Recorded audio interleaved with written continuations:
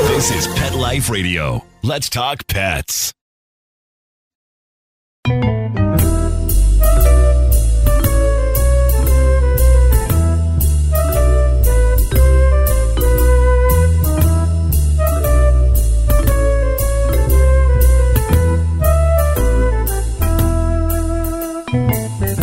Hello, cat lovers. This is Michelle Fern, your host on Cattitude. All right, this is for all the guys out there. Well, maybe not. This is mostly for the guys out there, but for anyone who loves cats. There's a new movie out called CAT DADDIES. So we'll be speaking with the director today. So stay tuned. We'll be right back. Take a bite out of your competition. Advertise your business with an ad in Pet Life Radio podcasts and radio shows. There is no other pet-related media that is as large and reaches more pet parents and pet lovers than Pet Life Radio. With over 7 million monthly listeners, Pet Life Radio podcasts are available on all major podcast platforms, and our live radio stream goes out to over 250 million subscribers on iHeartRadio, Odyssey, TuneIn, Stitcher, and other streaming apps. For more information on how you can advertise on the #1 pet podcast and radio network, visit PetLifeRadio.com/advertise today. Let's Talk Pets on PetLifeRadio.com.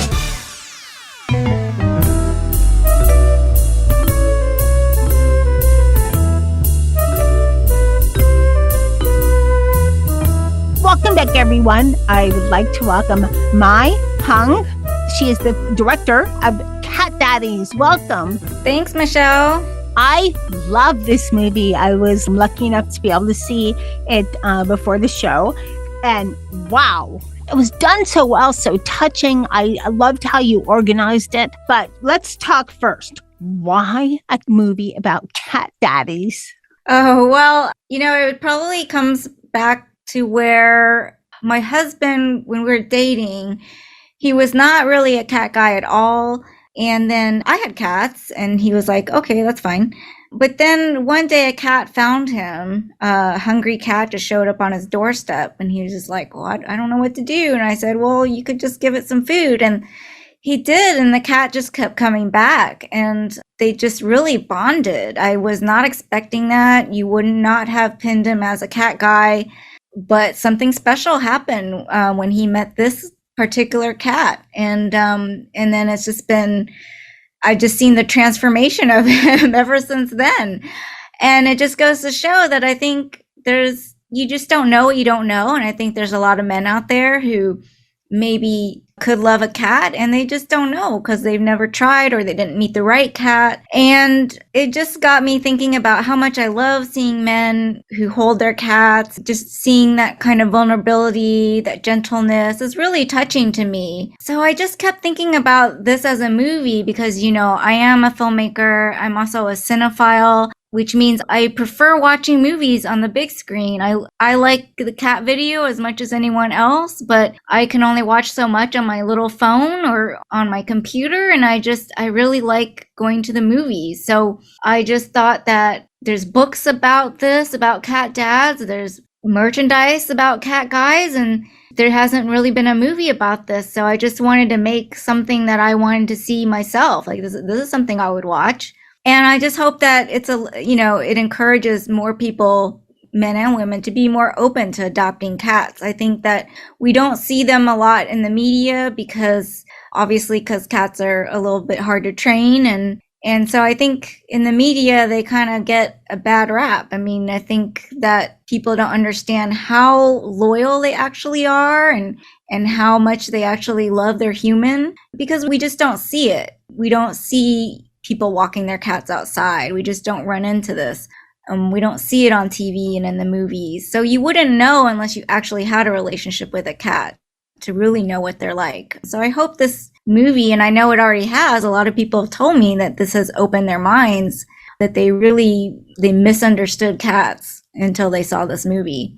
Thanks for sharing that. It's funny when you think about, there's some sexism with cat and dogs. Like you always think the stereotype, cats are for females and dogs are women, for males. Mm-hmm. Why? Well, I don't know why. I think it's just the way this tradition and maybe the way men are raised, and that old adage of a man's best friend, and Yeah. that dog, and something about that is just carried through the ages. But I think that's changing now. And I think social media played the biggest role in changing that, because now people are interested in funny cat videos, and men are now seeing that, hey, it's actually kind of cool to have a cat. And there's men like we were talking about Nathan the cat lady before the show started, and there's men like him who you wouldn't peg him as a cat guy, but he is, and he's proud of it. And I think that is really encouraging, and I think that's also just changing these roles and these stereotypes that we have. Yes, and I hope it does. I mean, look, we still have a ways to go, but there's been a lot of breakthrough in a lot of stereotypes, in the last couple of years, even disregarding the pandemic, but just in a lot of things. So why not in cats? And, why not in, within the animal community? So let's break all these stereotypes down. Yeah, and if we can do that, I feel like if we can open more hearts and minds, and we could open a few more homes for these animals that need our help. So that's what I'm hoping to do with this. Yes. And that's always a great goal because, cats are so independent and they populate so much faster than dogs. Mm-hmm. And there are so many strays out there, the feral colonies and all of that. And you even have a cat daddy that does TNR rescue. So let's talk about the cat daddies. How did you selected 9, an incredible group of men. How did you decide on which 9 to have in your film? It's funny because, a lot of it was in my control, and then COVID happened, and a lot of it then wasn't in my control anymore. So I had a different lineup to start out with. And I found most of these men on social media, mostly on Instagram. Some of them I was already following, such as GoalKitty, Nathan the cat lady. And I just thought, oh, wouldn't it be great for them to be in a movie where you could see them in really shot well in 4K and just larger than life on the big screen, and just make it really beautiful, and just kind of have that, especially with special cats such as GoalKitty, and who are just so beautiful. And I just want to capture that. It kind of almost makes them immortal, kind of in a way, and to preserve that on film. I mean, it's not really film because it's video, but in a film, and I just wanted to preserve that beauty. So I already had those men in mind, and I had Will Zweigert from Flatbush Cats.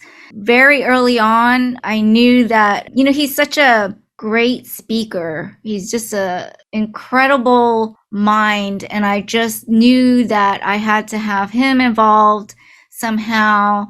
I think that even though his rescue work is in Brooklyn, I think he has helped so many people around the world with his videos. I just think his videos are so incredible. Like, they make people cry. They get people really engaged and involved. And so I knew very early on I wanted to have him as a part of it. And I had some other men also.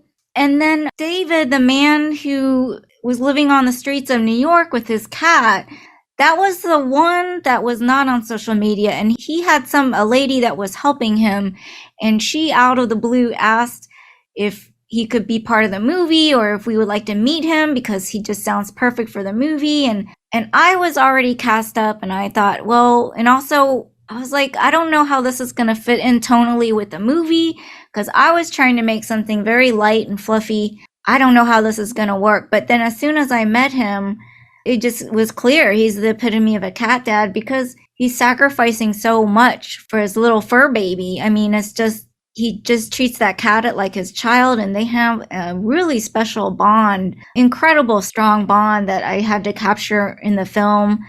It's that loyalty that we talk about, we associate with dogs, but yet we see it in Lucky, his cat, living on the streets with him. And so that just came out of nowhere, and I just thought, well, this movie could help him somehow if we put him in it, and we just had to make it work somehow. So that's what happened. And then when COVID happened, there were actually a couple men that I wanted to feature, but we couldn't travel to them. Some of them dropped out. I think understandably, the heart wasn't in it anymore with all the things that was going on in 2020. So that's what happened. And that's what happened with the casting. I had some amount of control, but I kind of also didn't. And then I really wanted a variety of men from different geographical parts of the country. And they wanted them to feel different, have different professions, have, different accents, and just anything to kind of diversify it and kind of make it feel like we're on a journey. Thank you for detailing all of that. You have such a diverse group of men in this film. There's Nathan the cat lady, who is, it's funny because he says in the film, and he's such a down-to-earth guy, but he's like great eye candy too, even more with the cats.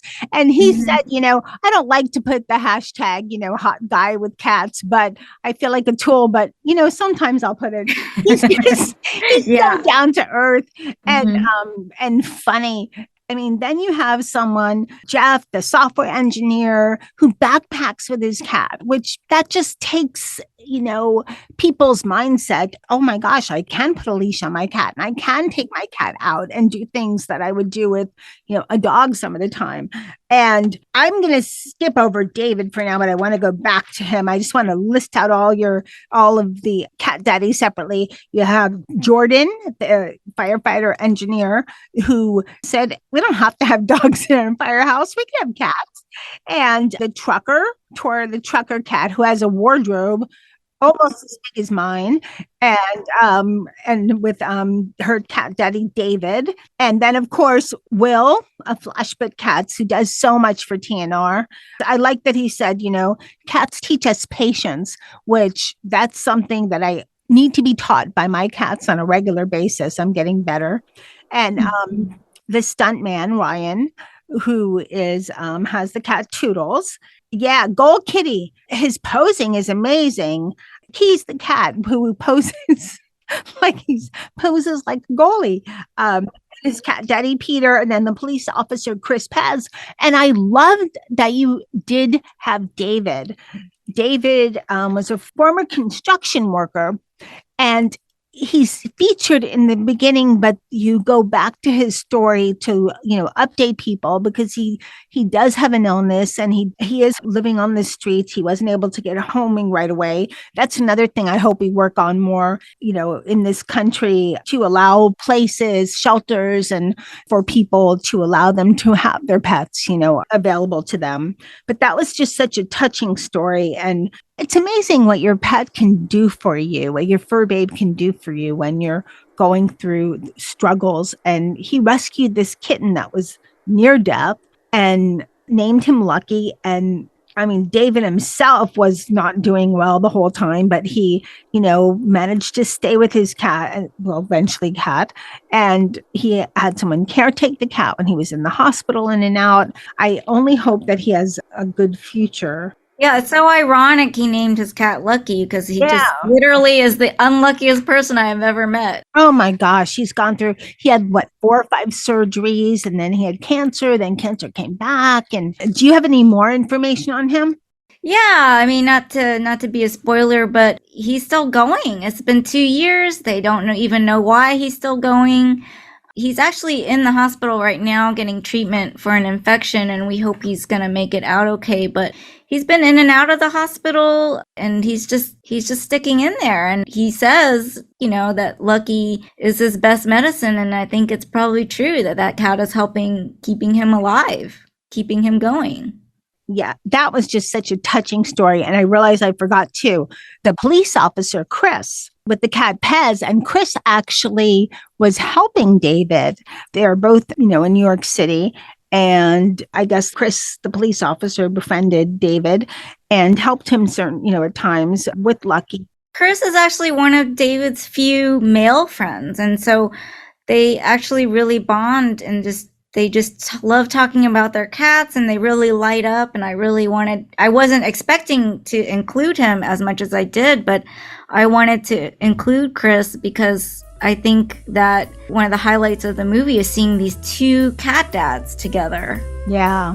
And just sharing together and just being great friends. Yes, for sure. We're going to take a short break. We're going to be right back. And I want to know if you have any favorites. So we'll be right back after this message. Molly, here's your dinner. Zeus, that's not your food. Don't let that happen to your precious cat. Elevate your cat's eating experience with the Cat Tree Tray. The Cat Tree Tray keeps your cat's food off the floor and conveniently located on the cat tree. It's the perfect way to eat. It's a beautiful wrought iron tray that easily attaches to your cat tree and keeps dogs and other critters out of your cat's dish. A must for multi-pet households. There's a 6-inch tray for large bowls and a 4-inch tray for smaller bowls. Purchase your Cat Tree Tray today. Go right now to cattreetray.com. That's cattreetray.com. CATTREETRAY.com. Let's talk pets Let's talk pets on Pet Life Radio. Pet Life Radio. PetLifeRadio.com.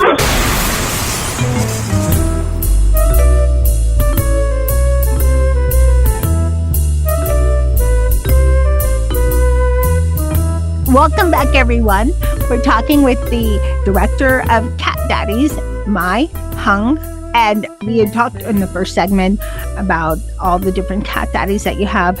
I know it's hard to pick a favorite because it's almost like picking, your favorite child or your favorite fur babe. It's kind of impossible. But maybe not a favorite so nobody else feels bad. But was there any particular story that you thought, wow, I didn't expect this? Or you didn't expect maybe that person? It really is impossible to pick a favorite, but I will say that I never get tired of seeing GoalKitty do her little pose. We saw her do it many times, and editing the movie, I've seen it so many times and I just never get tired of it. It is like just so magical, and to see her do it in person it was such a special treat. I'm just so glad we captured that so many times. And then I would also say that the most difficult cat to film with was actually Flame in the firehouse. And I think it's because, Flame is quite the celebrity around town, and he gets a lot of visitors, even like fans from around the world will go visit, just drop in. And I think he's just sort of like over it, the celebrity. And so I think when we came in with cameras, he was just like, oh, not these people again. And he would just hide the entire day until we left for dinner. And then when we were at dinner, we got the call that, oh, Flame's here. And we had to leave dinner in a rush to drive back and try to get some footage with him, the star. And so that was pretty funny. And then Tora, we knew she would be pretty easy to work with, but man, what an incredible kitty. She's the easiest one to work with, and she's just really fine with chilling out in the backpack all the time. And we had to rent a Jeep and off-road to get to some of the locations in Sedona that we were filming in. And I was so surprised by how calm she was in this Jeep that we were just like getting motion sick in, and she was just totally zen and calm. She's just more comfortable in a vehicle than anywhere else. It was really incredible. Since we're audio, it's hard to have a visual, and hopefully everyone will go see Cat Daddies, but just give a physical description of what Tora does, because she's GoalKitty, and I saw it too. I went back and forth watching her, and I thought, wow, oh my God, I can't believe she just does this. You want me to talk about GoalKitty? Yeah, like what she looks like when she stands up, since we're audio. So yeah, so Keys, who is now nicknamed GoalKitty, will just stand up and put her paws up in the air. She just stands up really tall and puts her paws up in the air, and nobody knows exactly why. And she just started doing it one day, and now her dad just keeps capturing this. And he's a school teacher, and he now had this internet sensation, and I think he really enjoys it. I think he really enjoys all the attention that GoalKitty brings. But yeah, it's a black and white kitty with some pretty distinct markings on her face. You can find her on Instagram and you can see her on our website, and she's in our trailer. And yeah, she's a big star of the movie because, you know, nobody knows why she does this. And he's obsessed with having paintings made of her. So I didn't get to show as much as I wanted to, but when you go to his house, it is covered in paintings of this cat. Oh gosh.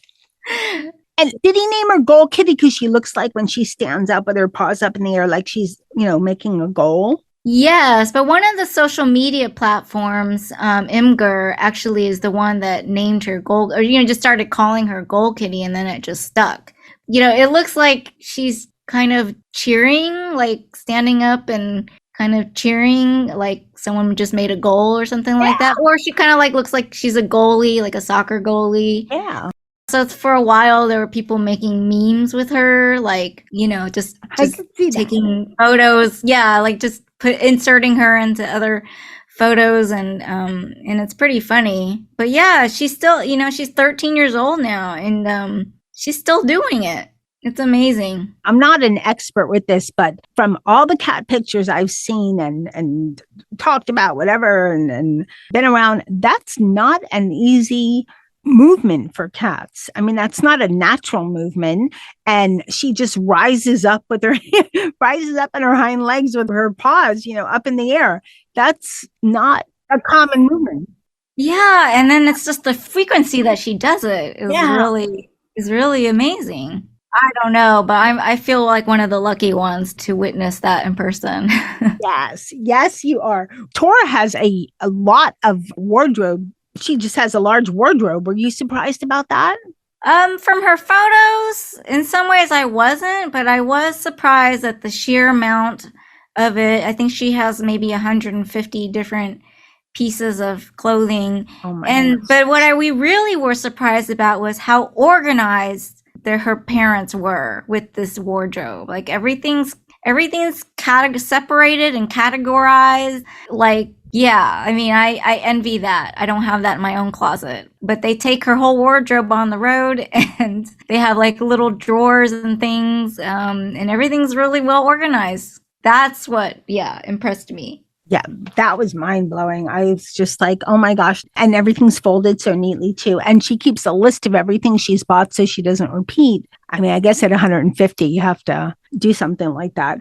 Did you have any surprises? Was there anything while you were filming with any of the different cat daddies that there was, I don't know, something just really took you by surprise? Okay, I was surprised, but I shouldn't have been. But I was surprised by how the cats inspired so much creativity in these men. I didn't get to show some of what they were doing, but Jeff, the software engineer, was constantly building things and, you know, was sewing things and sewing like a sleeping bag kind of thing for the cat, and was just like building, you know, shelves so that they can sit on the balcony and look out. And I was just surprised. It was just something going into it. I didn't realize how much creativity this would spark in the men. And, you know, Nathan has to constantly come up with these videos and content for his TikTok and Instagram. And just the sheer volume of what he does is really impressive. And then, you know, the truck driver, he found like a new hobby in photography. I was shocked that he never picked up a camera before. He had this cat, but, you know, since having the cat, he decided to go out and buy this nice camera. I mean, we're not talking about like a cell phone camera, like a nice camera that he just sort of read the instruction manual and you know, taught himself and started taking pictures, and they're like gorgeous. And I was shocked. I really was. I was like, I couldn't believe it. I said, you took these photos?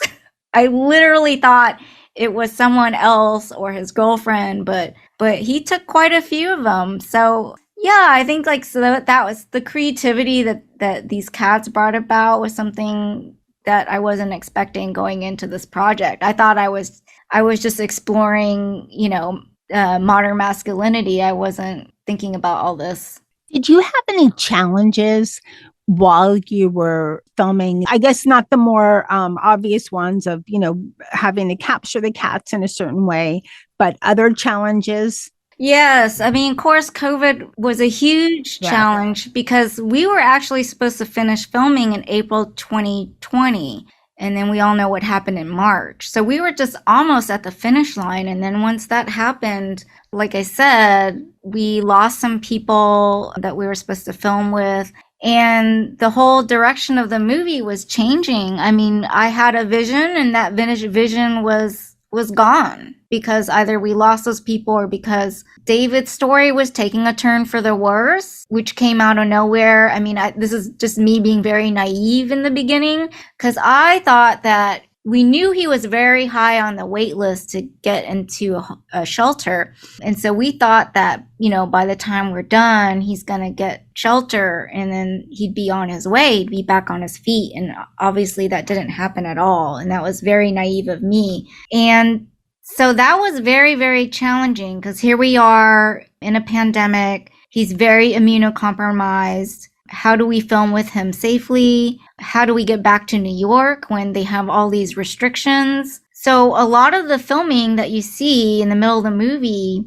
that we filmed in July, I'm not there. I'm just on the phone asking questions. I prepped my cinematographer ahead of time.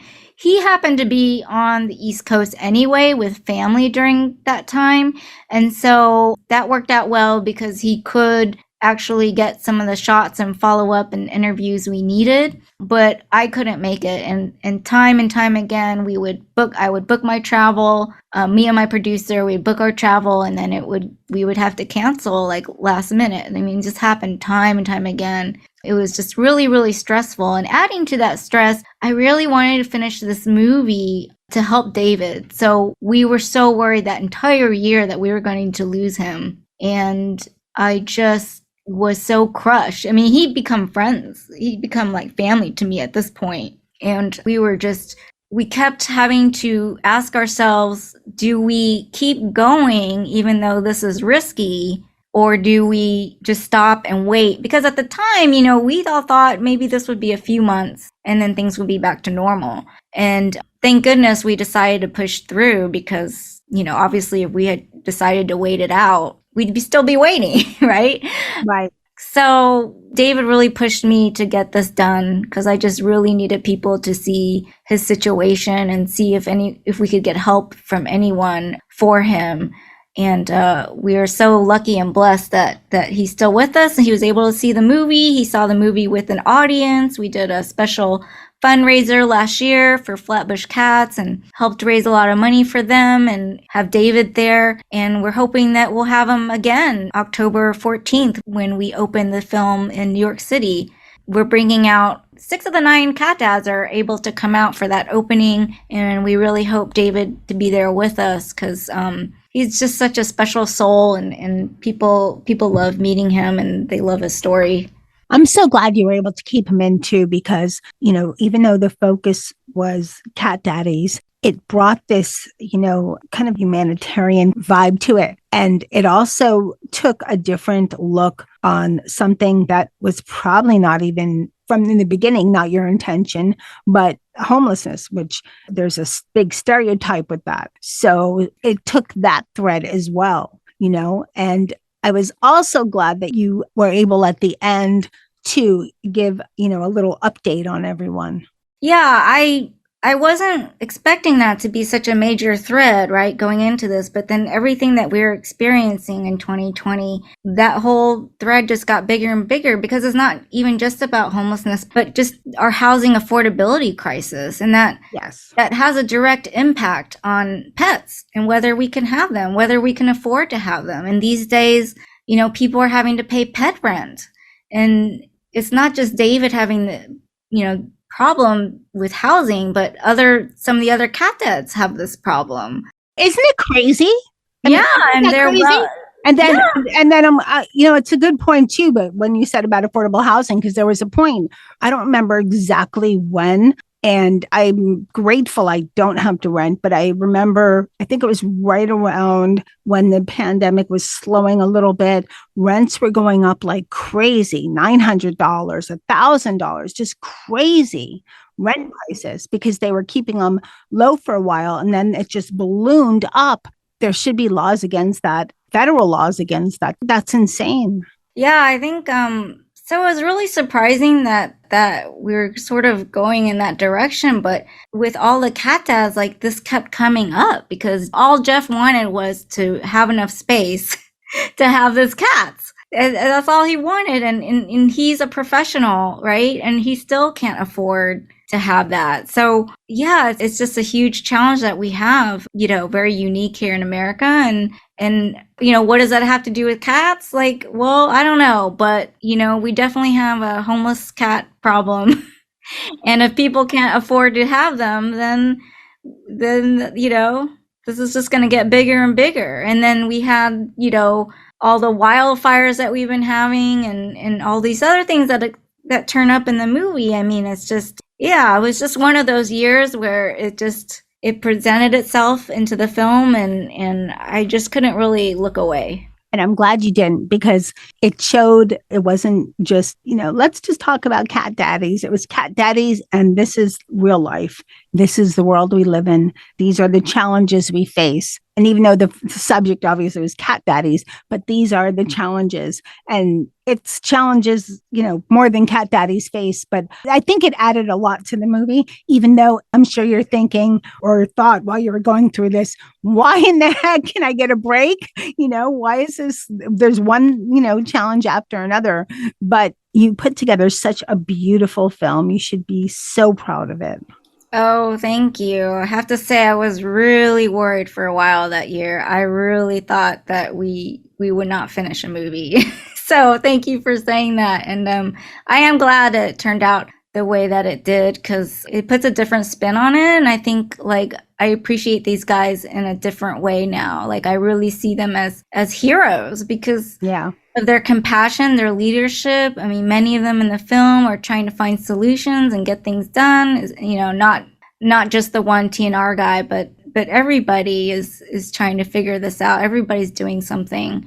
So I loved making the movie. I love watching them. I just think that I would much rather watch this than, a bunch of guys fighting each other, killing each other, or fighting each other. Yes. Like I'm just kind of like I love these guys. Give me a lot of hope.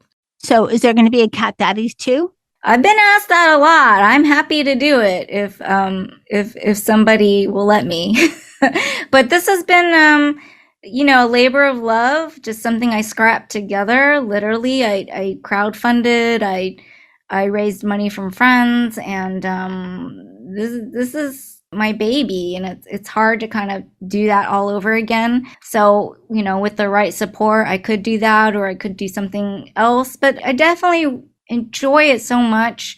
I mean, it really sucks to be working on a movie for years if you don't absolutely love it. If you get tired of it, then it's all over. So this movie, I've seen it like 20 times with an audience, and I still don't get tired of it. And I still love doing Q&As, and I still love, showing it to new audiences.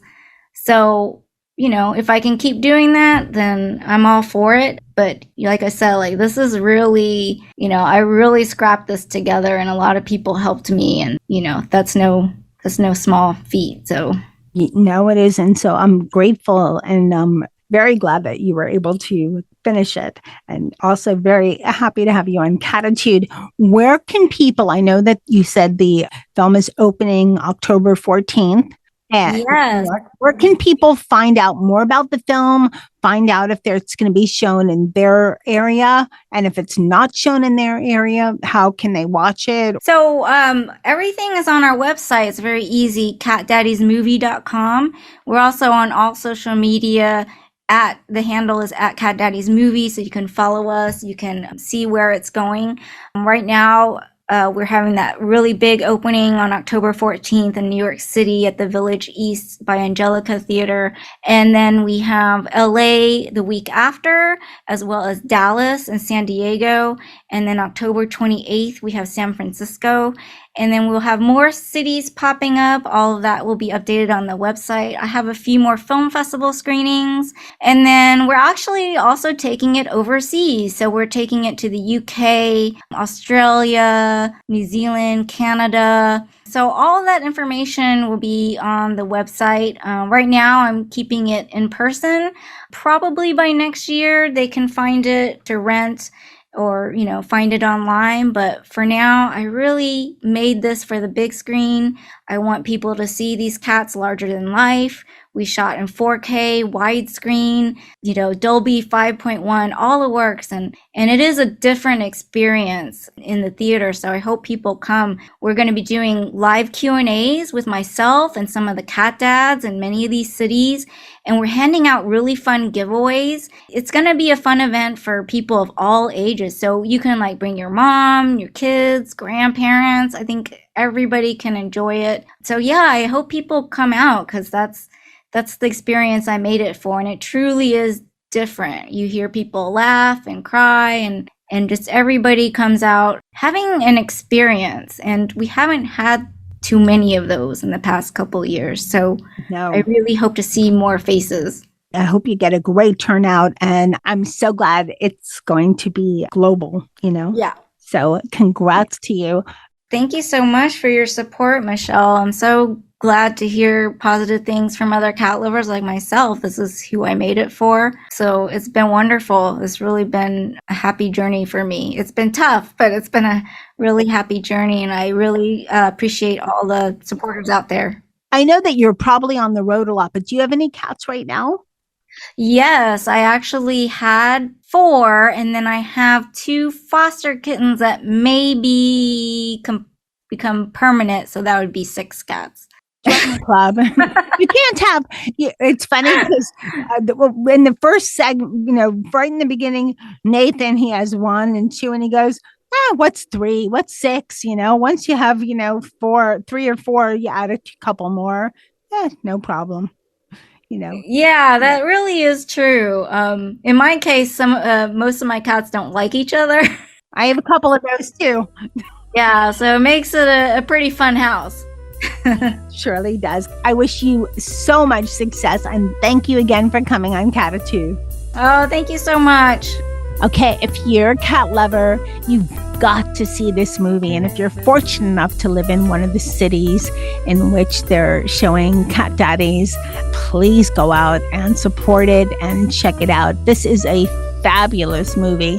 It's called Cat Daddies, and you can check it out on their website. Thank you so much to Mye Hoang, the director, for coming on Cattitude and sharing all this great information about the making of Cat Daddies. Thanks to my cat crew that made me a cat mama. So made my husband a cat daddy, and that's Charlotte and Molly, Dennis, Sammy, and Jethro. And the dog, Nikki, he just observed from a distance. He didn't really participate in this one, but it's okay. And so, again, thank you so much to my Cattitude listening audience. I appreciate you so much. Please go check out this movie, Cat Daddies. It is incredible. And last but not least, to my producer, Mark Winter, for making me and my guests sound amazing. Now remember, lose the attitude. Have Cattitude. Let's Talk Pets, every week on demand, only on PetLifeRadio.com.